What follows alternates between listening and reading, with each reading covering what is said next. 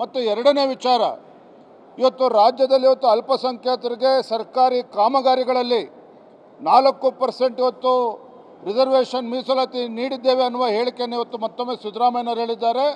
ಇದರ ವಿರುದ್ಧ ನಾವು ರಾಜ್ಯಾದ್ಯಂತ ಜನಾಂದೋಲನವನ್ನು ಹೋರಾಟಕ್ಕೂ ಕೂಡ ನಾವು ಕರೆ ಕೊಡೋರಿದ್ದೇವೆ.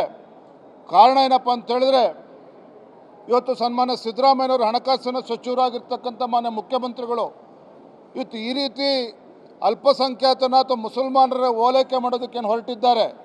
ನಾವು ಹಿಂದೆನೂ ಕೂಡ ಹೇಳಿದ್ದೇವೆ, ಭಾರತೀಯ ಜನತಾ ಪಾರ್ಟಿ ಅಥವಾ JDS ಆಗಲಿ ನಾವು ಮುಸಲ್ಮಾನರ ವಿರೋಧಿಗಳಲ್ಲ. ಆದರೆ ಹಿಂದೂಗಳಿಗೆ ಅಪಮಾನ ಮಾಡ್ತಕ್ಕಂಥ ರೀತಿಯಲ್ಲಿ ಇವತ್ತೇನು ಹಣಕಾಸಿನ ಸಚಿವರು ಮುಖ್ಯಮಂತ್ರಿಗಳು ನಡ್ಕೊಳ್ತಾ ಇದ್ದಾರೆ, ಇದನ್ನು ನಾವಿವತ್ತು ಧಿಕ್ಕರಿಸ್ತಾ ಇದ್ದೇವೆ. ಇವು ಬಹುಶಃ ಈ ಸರ್ಕಾರಕ್ಕೆ ಹೀಗೆ ಬಿಟ್ಟರೆ ಯಾವ ರೀತಿ ಮಾಡಿದ್ದಾರೆ, ಮುಸಲ್ಮಾನ ಇವತ್ತೇನು ವಿದ್ಯಾಭ್ಯಾಸಕ್ಕೆ ಹೋಗ್ತಾರೆ 20 ಲಕ್ಷ ಇದ್ದಿದ್ದು 30 ಲಕ್ಷಕ್ಕೆ ಏರಿಸಿದ್ದಾರೆ. ಯಾಕೆ ಹಿಂದೂಗಳಲ್ಲಿ ಯಾರು ಬಡವರಿಲ್ವ? ಕಂಗ್ರ್ಯಾಚುಲೇಷನ್ಸ್. ಯಾರು ಹುಡುಗ? ಮದುವೆ ಅಲ್ಲ, ಬಿಸ್ನೆಸ್ ಸ್ಟಾರ್ಟ್ ಮಾಡ್ತಾ ಇದ್ದೀನಿ. ಹೌದಾ? ಹೇಗೆ? Boss Vala. Boss Vala, B the boss. ಹಾಗಾದರೆ ಅವ್ರು ಈ ರೀತಿ ಹೊರದೇಶಕ್ಕೆ ವಿದ್ಯಾಭ್ಯಾಸಕ್ಕೆ ಹೋದರೆ ಹಣಕಾಸಿನ ಅನುಕೂಲತೆ ಅವ್ರಿಗೆ ಅವಶ್ಯಕತೆ ಇಲ್ವಾ? ಹಾಗಾದರೆ ಮತ್ತೊಂದು ಕಡೆ ಇವತ್ತು ಸೆಲ್ಫ್ ಡಿಫೆನ್ಸ್, ಮುಸಲ್ಮಾನ್ ಹೆಣ್ಮಕ್ಳಿಗೆ ಸೆಲ್ಫ್ ಡಿಫೆನ್ಸ್ಗೋಸ್ಕರ ಆತ್ಮ ಸಂರಕ್ಷಣೆಗೋಸ್ಕರ ಅದಕ್ಕೂ ಕೂಡ ಬಜೆಟಲ್ಲಿ ಹಣವನ್ನು ಇಟ್ಟಿದ್ದಾರೆ. ಇವತ್ತು ರಾಜ್ಯದಲ್ಲಿ ಇವತ್ತು ಲವ್ ಜಿಹಾದಿಗೆ ಬಲಿ ಆಗ್ತಾ ಇರ್ತಕ್ಕಂಥದ್ದು ಹಿಂದೂ ಹೆಣ್ಮಕ್ಳೇ ಹೊರತು ಮುಸಲ್ಮಾನ್ ಹೆಣ್ಮಕ್ಳಲ್ಲ.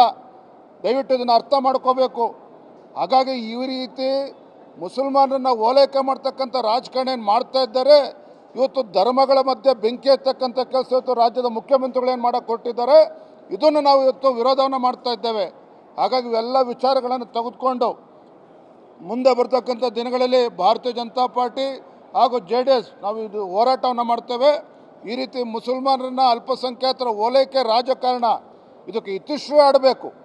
ಇವತ್ತು ನ್ಯಾಯ ಕೊಡದೇ ಆದರೆ ಮುಖ್ಯಮಂತ್ರಿಗಳು ಇವತ್ತು ಅಹಿಂದ ಹೆಸರು ಹೇಳಿಕೊಂಡು ಕೇವಲ ಅಲ್ಪಸಂಖ್ಯಾತನ ಮುಂದಿಡ್ಕೊಂಡು ಎಲ್ಲ ಹಿಂದುಳಿದ ಸಮಾಜಗಳು, ನಾನು ಮಾನ್ಯ ಮುಖ್ಯಮಂತ್ರಿ ಕೇಳೋದಕ್ಕೆ ಇಚ್ಛೆಪಡ್ತೇನೆ, ಯಾಕೆ ಮುಖ್ಯಮಂತ್ರಿಗಳು ಇವತ್ತು ರಾಜ್ಯದಲ್ಲಿ ಕಾಯಕ ಸಮುದಾಯಗಳು ನೆನಪಾಗಲಿಲ್ವ? ಹಾಗಾದ್ರೆ ಬಜೆಟಲ್ಲಿ ನೇಕಾರರಿಲ್ವ, ಇವತ್ತು ಮಡಿವಾಳರಿಲ್ಲ ಇಲ್ವ, ಇವತ್ತು ರಾಜ್ಯದಲ್ಲಿ ಸವಿತಾ ಸಮಾಜದವರಿಲ್ವಾ? ಈ ರೀತಿ ಇವತ್ತು ಮಡಿವಾಳರು ಅನೇಕ ಹಿಂದುಳಿದ ಸಮಾಜಗಳು ಇದ್ದಾವೆ. ಕಾಯಕ ಸಮುದಾಯ, ಹಡಪದ ಅಪ್ಪಣ್ಣ ಸಮಾಜ ಇದೆ. ಎಲ್ಲ ಸಮುದಾಯಗಳನ್ನು ಮರೆತು ಕೇವಲ ಮುಸಲ್ಮಾನರಿಗೆ ಓಲೈಕೆ ಮಾಡೋದಕ್ಕೇನು ಹೊರಟಿದ್ದಾರೆ, ಇದು ಅಕ್ಷಮ್ಯ ಅಪರಾಧ. ಇವರು ರಾಜ್ಯದ ಮುಖ್ಯಮಂತ್ರಿಗಳು ಅನ್ನೋದನ್ನು ಮರಿಬಾರ್ದು, ಯಾವುದೋ ಒಂದು ಧರ್ಮಕ್ಕೆ ಮುಖ್ಯಮಂತ್ರಿಗಳಲ್ಲ. ಹಾಗಾಗಿ ಇದೆಲ್ಲವನ್ನೂ ಕೂಡ ನಾವು ವಿರೋಧಿಸ್ತೇವೆ.